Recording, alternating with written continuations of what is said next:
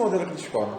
Estou dando em algumas aulas, já vim falando, não só na minha turma, mas nas outras, que às vezes a gente sai do ensino médio, mas não preparado para a vida real, mas para uma vida mais teórica, mais mamão com açúcar, né? O que o senhor tem a dizer sobre esse sistema? O senhor acha que a escola prepara os alunos para o futuro? Exatamente.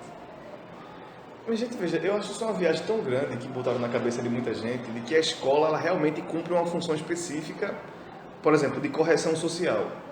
Vai trazer um nível de igualdade que vai colocar você em pé de igualdade com qualquer outra pessoa de outra classe social, ou de qualquer outra condição racial que hoje é mais privilegiada. Isso não existe. Isso não existe. Primeiro porque como é que a escola pode tratar como iguais, cobrar inclusive como iguais, pessoas que têm origens tão diferentes? Certo? Sim. Esse é o primeiro ponto. Isso já, claramente isso vai promover ainda mais desigualdade. Agora, sobre a escola integral em si, e a educação de modo geral, teve a pandemia aí. Então, houve uma mudança muito grande. O mundo que a gente viveu antes da pandemia, ele nunca mais vai existir, ele acabou definitivamente. E quem não entender isso, está perdido, né? Está num mundo muito perdido. Por exemplo, teve muito estudante que todo professor puxou a orelha de vocês por conta das notas que foram baixas nessa primeira avaliação. Mas, ao mesmo tempo, veja, não fomos nós, professores, que decidimos isso. A data da avaliação. Isso foi imposto de cima para baixo, que é um erro crasso, inclusive. Porque quem está lidando com a realidade da sala de aula, vendo os estudantes, somos nós. Então, sou eu que posso dizer, olha, é adequado avaliar nesse momento. Sei lá, que outras coisas. O tempo de vocês também. É porque a gente está vivendo num país que há 140 anos atrás tinha um monte de escravo, né? E até hoje ainda tem, mas antes era oficial. Então, a ideia de pessoas terem tempo livre incomoda muito quem tem poder de decisão no país. E pensar em estudantes pobres que estão ocupando um espaço público, uma verba pública, para ficar livres, é mais incômodo ainda. Então, aula não é fundamental para a aprendizagem de ninguém. Especialmente se for um modelo de aula tipo palestra, né? A aula não tem que ser palestra, a aula não tem que ser show, a aula tem que promover a aprendizagem. Então, essa ideia de querer manter vocês trancafiados dentro de sala de aula é ainda resquício dessa visão escravocrata da sociedade, oligárquica e assim por diante. Agora, veja se você falou recentemente, depois de ou antes da avaliação, né, sobre nivelar, não por baixo, mas por cima. Quer explicar um pouquinho? Porque pode ser. O senhor já deve ter explicado em outra turma, mas a galera não entendeu muito bem, pode ter levado mal. Ah, sim, pronto lá. Vejam só. A defasagem dos estudantes hoje, pós-pandemia, ela é muito grave, não só na escola pública, não.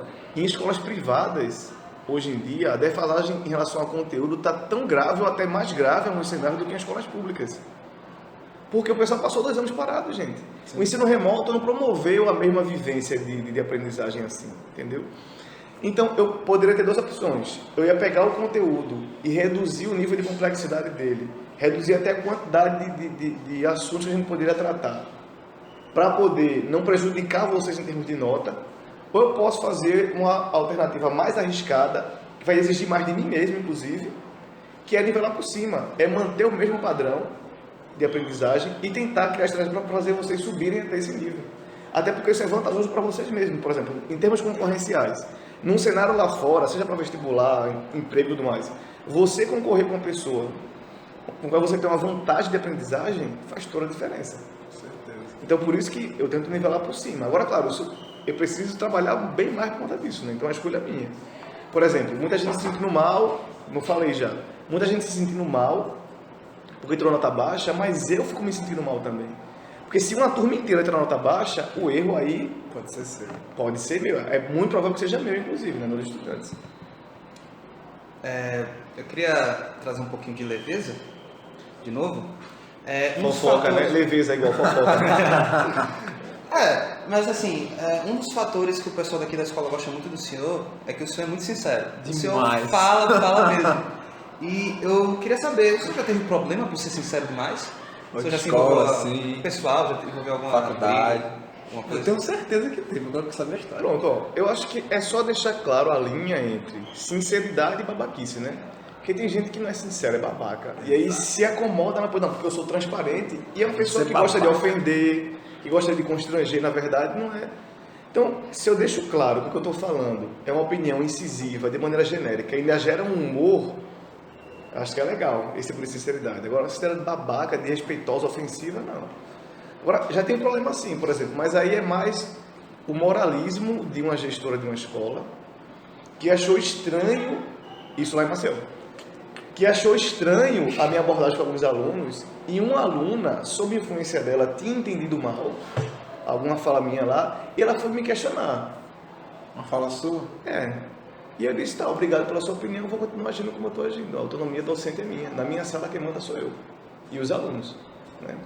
A negociação ali rola, né? Seria uma ditadura? Não, porque na minha aula tem gente que dorme, tem gente que mais tá boa, né? Não, com certeza. De repente, nem tudo é sobre a gente. Tem aqueles nem alunos, tudo é sobre a tem gente. aqueles alunos que você vê, eu tava até conversando com a professora, bagunça, você vai ver a nota é 9, 10, 8,5, é impressionante isso até, né? E aquele porque... aluno que bagunça, mas faz. E porque, na verdade, eu discordo, veja, a escola não é necessariamente um lugar de aprender. Porque, vamos lá, como é que uma criança começa a aprender? Ela aprende com várias cores, com um ambiente dinâmico e diverso e livre. E aí, de repente, pega todo mundo, enfila ela em umas cadeiras assim, bota todo... Isso é um saco, minha gente. Isso é um saco. Isso é horrível. Então, eu discordo disso. Então, tem muita coisa que, para alguns professores que têm outra abordagem, pode soar desrespeitoso. Para mim, eu acho muito natural, né? Não vai me ofender um aluno que, de repente, está cansado e talvez foi dormir na sala de aula. Desde que depois ele se responsabilize por isso. Ou sei lá, de repente rolou um cochichado ali, tem gente que é meio paranoica, não faz terapia, né? E vai achar que é porque tá falando de mim. Mesmo que tivesse, eu não tô nem aí. Agora, voltando um pouco mais para a parte técnica da sua área. Bem, a escola foi mais ou menos criada, só me corrija se eu estiver errado, né? Quem sou eu perto do sociólogo aqui, né? E é. Com certeza. A escola foi criada necessariamente na questão lá da Revolução Cultural e tal, porque não tinha onde deixar os filhos e tal. Lá. Digamos que o modelo atual é quase igual, parecido com o de antigamente. Ou seja, está bem atrasado com a realidade de hoje. O que o senhor acha dessa questão? O que o senhor, a sua mente faria para mudar? Se tiver alguma ideia para algo assim. O senhor pensou algo nisso? Qual seria a proposta para mudar esse sistema? Se o senhor acha que está muito defasado a questão do modo de ensino e se está algo que o senhor propõe, né? Algo para mudar. Não, primeiro a escola se abrir o máximo possível. Então, a escola, veja, o lugar onde as pessoas aprendem boa parte do material cognitivo que elas vão utilizar para a vida profissional e pública, tem que participar várias comunidades ali. Então, os pais têm que estar mais... E não é só abrir, tipo assim, não, vocês podem vir, tem que dar condições disso acontecer. Então, por exemplo, a sociedade inteira precisa mudar para que a escola comece a funcionar melhor. Porque, por exemplo, uma série de problemas que estão aqui na escola não são da escola. De repente, tem um aluno que é considerado perverso aqui, perturbador, mas na verdade é um aluno que está numa situação social terrível. E querendo ou não, a escola é uma violência contra esse estudante. Porque eu vou pegar tudo que caracteriza ele, quem ele é, a origem, o modo de falar, o modo de pensar, as crenças e valores dele. Vai pegar e jogar no lixo e apresentar um outro dizendo, olha, isso aqui é o certo. Vamos para pensar, será que realmente não vai haver nenhuma atitude de resistência, mesmo que seja inconsciente do estudante? Claro que vai.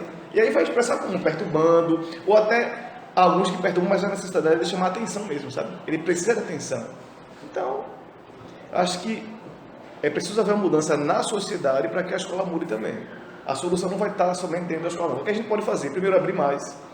Aqui na Paraíba mesmo, tirar a gestão democrática foi um regresso assim. Só para quem está entendendo, gestão democrática seria mais ou menos. Por exemplo, o que é que a LDB e as legislações educacionais indicam?